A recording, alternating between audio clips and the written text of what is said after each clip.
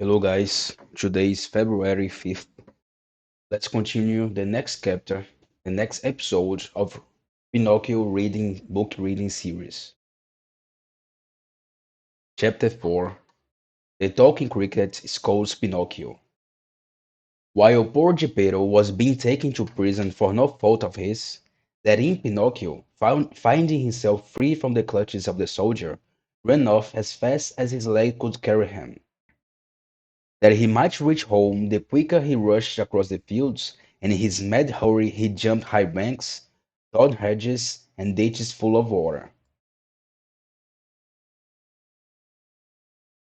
Arriving at the house, he found the street door ajar. He pushed it open, went in, and having fastened the latch, threw himself on the floor and gave a great sigh of satisfaction. But soon he heard someone in the room who was saying, "Cree, cree, cree." "Who calls me?" said Pinocchio in a fright. "It is I." Pinocchio turned round and saw a big cricket crawling slowly up the wall. "Tell me, cricket, who may you be?"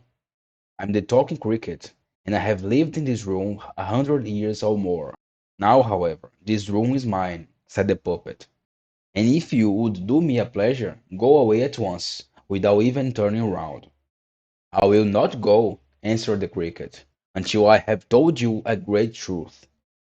"Tell it me, then, and be quick about it." "Woe to those boys who rebel against their parents and run away from home.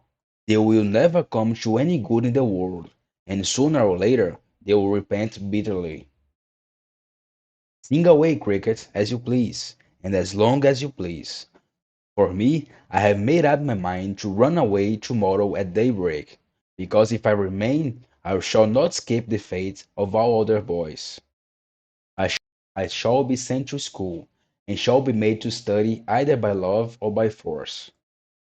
To tell you in confidence, I have no wish to learn. It is much more amusing to run after butterflies, or to climb trees, and to take the young birds out of their nests."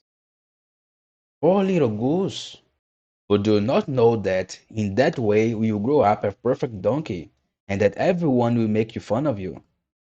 "Hold your tongue, you wicked, you almond croaker!" shouted Pinocchio. But the cricket was patient and philosophical. Instead of becoming angry at this impertinence, continuing in the same tone.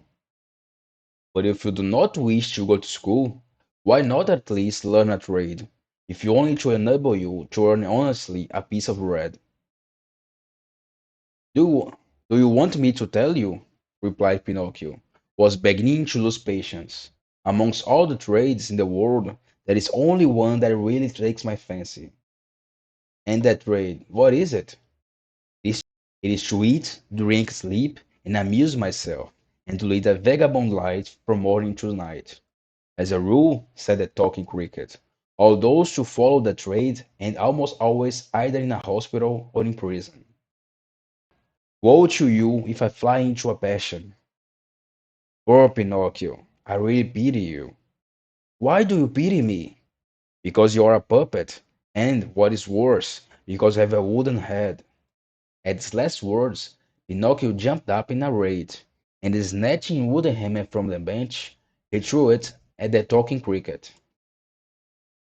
Perhaps he never meant to hit him, but unfortunately it struck him exactly on the head, so that the poor cricket had scarcely breath to cry "cree, cree, cree," and then he remained dried up and flattened against the wall. Chapter 5. The Flying Egg. Night was coming on, and Pinocchio, remembered that he had eaten nothing all day, began to feel a gnawing in his stomach that very much resembled appetite. After, after a few minutes, his appetite had become hunger. After a few minutes, his appetite had become hunger, and in no after a few minutes, after a few minutes, his appetite had become hunger, and in no time his hunger became ravenous. Poor Pinocchio ran quickly to the fireplace, where a saucepan was boiling, and was going to take off the lid to see what was in Poor Pinocchio ran quickly to the fireplace, where a saucepan was boiling. Poor Pinocchio ran quickly to the fireplace, where a saucepan was boiling, and was going to take off the lid to see what was in it. Poor Pinocchio ran quickly to the fireplace, where a saucepan was boiling, and was going to take off the lid to see what was in it. But the saucepan was only painted on the wall. You can, you can imagine his feelings. His nose, which was already long, became longer by at least 3 inches. He then began to run about the room, searching the drawers and in every imaginable place, in hopes of finding a bit of bread. If it was only a bit of dry bread, a crust, a bone left by a dog, a little moldy pudding of Indian corn, a fish bone, a cherry stone, in fact, anything that he could gnaw,